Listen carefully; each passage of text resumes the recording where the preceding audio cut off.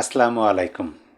সম্মানিত দর্শক, সাংঘাতিক ইল্লু আর বিশ্ব জাউরা পিঙ্কু, এই দুজনের কি পতন শুরু হয়ে গেল?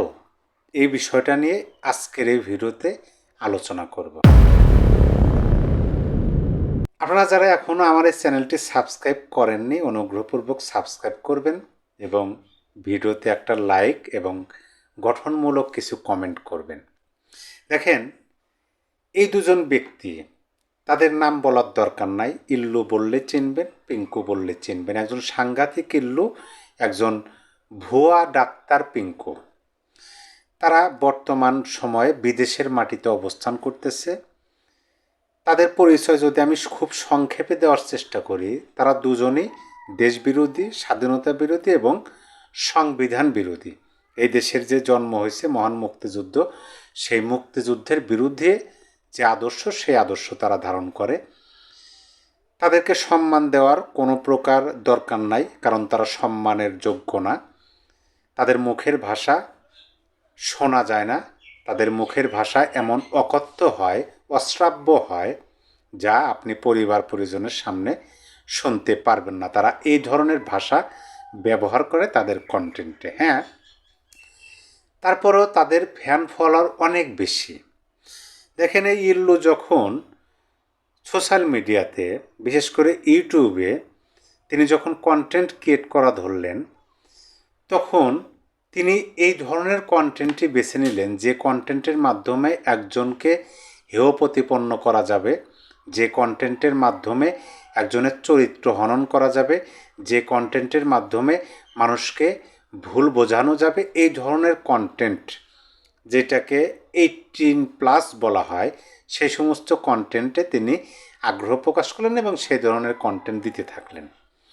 প্রথমে তিনি বাংলাদেশের বিভিন্ন সাংস্কৃতিক কর্মী, বিভিন্ন অভিনেতা অভিনেত্রীর ইজ্জত হননের এরকম অনেক কাজ করছেন। পরবর্তীতে তিনি পলিটিশিয়ানদের পিছনে লাগছেন। আমি সংক্ষেপে শুধু বর্ণনা দেই। তারপরে যে ভুয়া ডাক্তার পিঙ্কু, তিনি তো জাউরা বদমাইশ, মারাত্মক লেভেলের বদমাইশ। তিনি বাংলাদেশের স্বাধীনতাকে মানেন না, মুক্তি দুজনই মানেন না। তারপরও ব্যাপকভাবে তারা সর্বোচ্চ দিয়ে যেইটা তারা চাচ্ছিল বা যেইটা তাদের মনের মধ্যে আছে, সেইটা বাস্তবায়নের জন্য তারা অনেক কাজ করছে। আর বাংলাদেশের মানুষ তো হুজুগে বাঙালি, তাদেরকে বিশ্বাস করছে। অনেকে বিশ্বাস করে নিজের পায়ে নিজেই কুড়াল দিছে, এখন বুক থাবড়াইতেছে, এখন কান্নাকাটি করতেছে।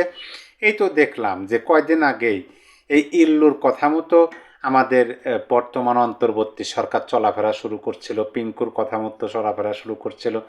আজকে সেই অন্তর্বর্তী সরকারই মেয়েটার কাছে সুপারিশ জানাইছে, নালিশ জানাইছে যে ইল্লু পিঙ্কু বাংলাদেশে অস্থিতিশীল, বাংলাদেশের আইনশৃঙ্খলা অবনতি করার জন্য, বিশৃঙ্খলা সৃষ্টির জন্য বিদেশের মাটিতে বসে তারা গুজব ছড়ায়, তারা মিথ্যা তথ্য দেয়, মানুষকে উস্কানি দেয়। এই বর্তমান অন্তর্বর্তী সরকার করছে এবং মেটা কী করছে, ইল্লুকে ফেসবুক থেকে ব্যান করে দিছে, ফেসবুক থেকে তার পেজ উধাও করে দিছে। নতুন একটা খুলছিল, সেটাও খুঁজে পাওয়া যাচ্ছে না। অনেকেই বলতেছেন দ্বিতীয় যে পেজটা সেটাও গায়েব হয়ে গেছে। কিন্তু ইল্লু যেহেতু, দেখেন, এই দুজনই ব্যাপক লেভেলের মিথ্যাবাদী লোক। এরা নিজেদের মতো করে কথা বলে এবং নিজেদের মতো করে অর্থ তৈরি করে, যে কোনো সংবাদকে নিজেদের মতো করে বিকৃতি করে। এই দুইটা মানুষের সবচেয়ে কি বলে ভিত্তি, বা এই দুইটা মানুষের যে খুঁটির জোর, সে খুঁটিটা কি আপনি জানেন? এই দুইটা মানুষের খুঁটি হলো মিথ্যা।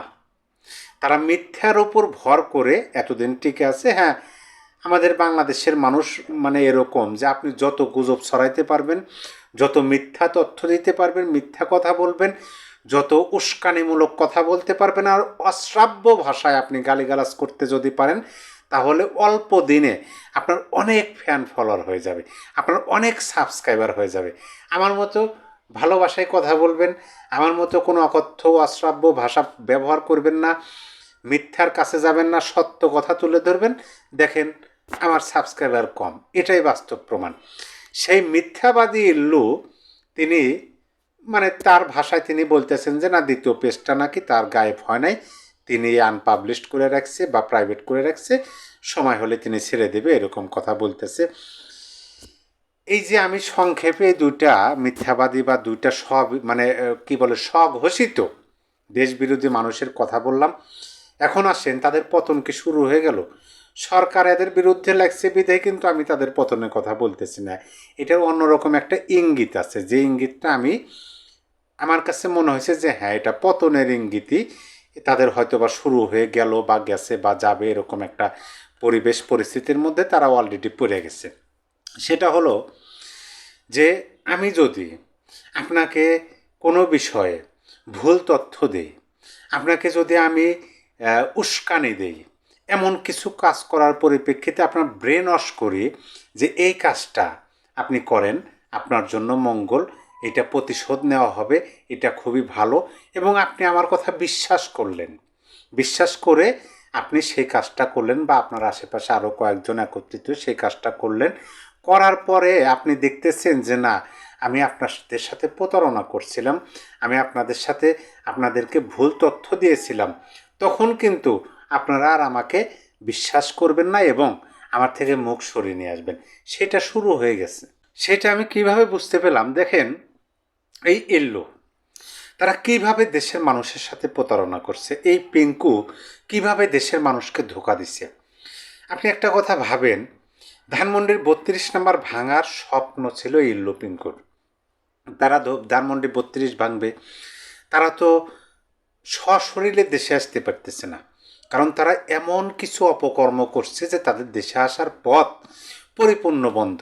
যখন আওয়ামী লীগ সরকারে ছিল, শেখ হাসিনা প্রধানমন্ত্রী ছিল, তখন তারা বয়ান তৈরি করছিল যে আওয়ামী লীগের জন্যই তারা দেশে আসতে পারতেছে না, শেখ হাসিনার জন্য দেশে আসতে পারতেছে না। কিন্তু এখন তো আওয়ামী লীগ ক্ষমতা নেই, শেখ হাসিনা প্রধানমন্ত্রী নেই, এখন কেন আসতেছে না? 2024 সালের 5ই আগস্টের পরে কিন্তু এই আলোচনাগুলো উঠছিল। আর এখন এই 16 মাস পরে প্রমাণ হয়ে গেছে যে তারা কোনো সরকারের আমলেই দেশে আসতে পারবে না।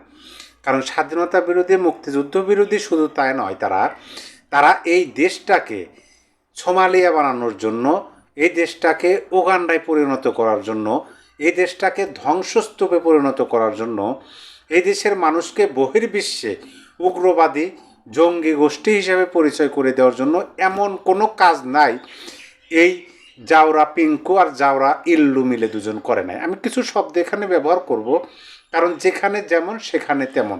আমি যাদের বিরুদ্ধে কথা বলতেছি তাদের বিরুদ্ধে এই কথাগুলো, এই শব্দগুলো অটো বের হয়ে আসবে, যদিও তাদের মতো করে বলার শখ ছিল, কিন্তু সেই শব্দগুলো আমি এখানে প্রয়োগ করতে পুরোপুরি ব্যর্থ।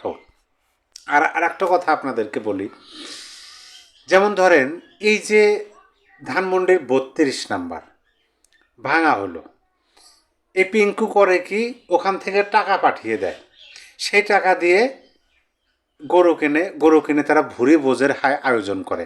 আপনি বিষয়টা বোঝেন, দেশের সম্পত্তি ভাঙতেছে, ওখান থেকে টাকা দিতেছে, সেই টাকা দিয়ে ভুরি ভোজ করতেছে, সেই টাকাতে খিচুড়ি পিটুলি খাইতেছে।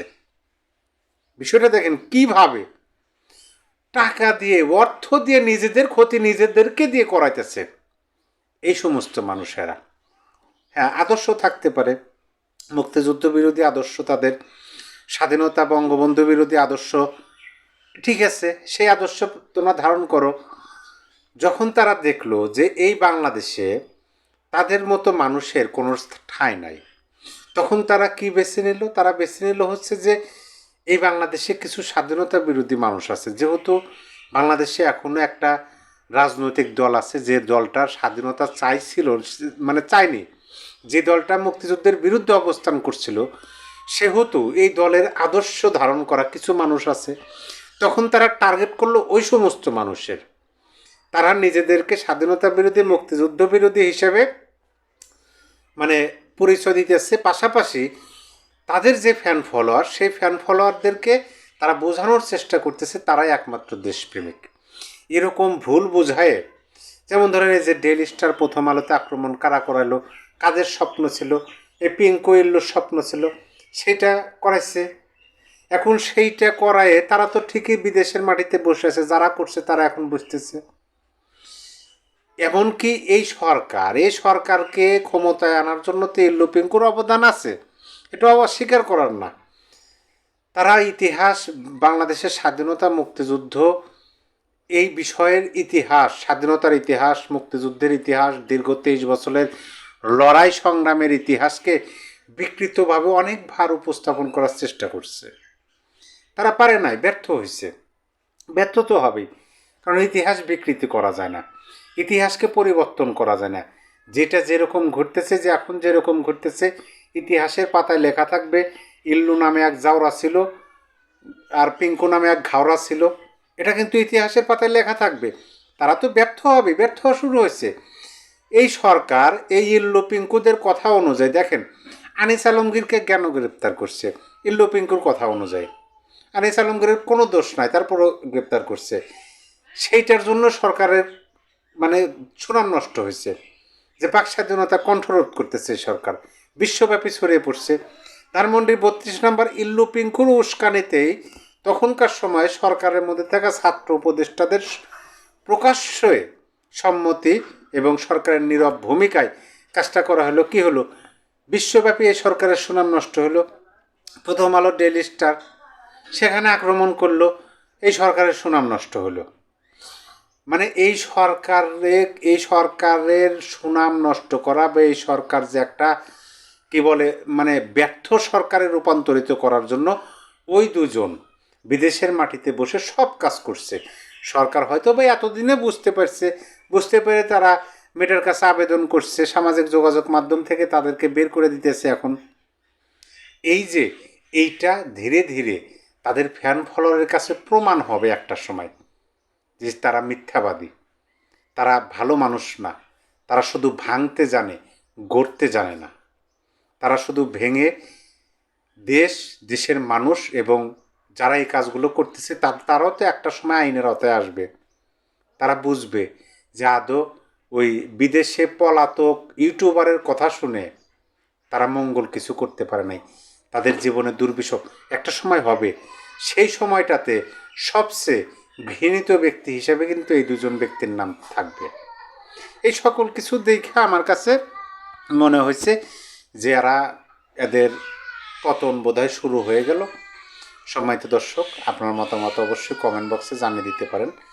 চ্যানেলটি সাবস্ক্রাইব করে না থাকলে অবশ্যই সাবস্ক্রাইব করতে পারেন। সবাই ভালো থাকবেন। আল্লাহ হাফেজ।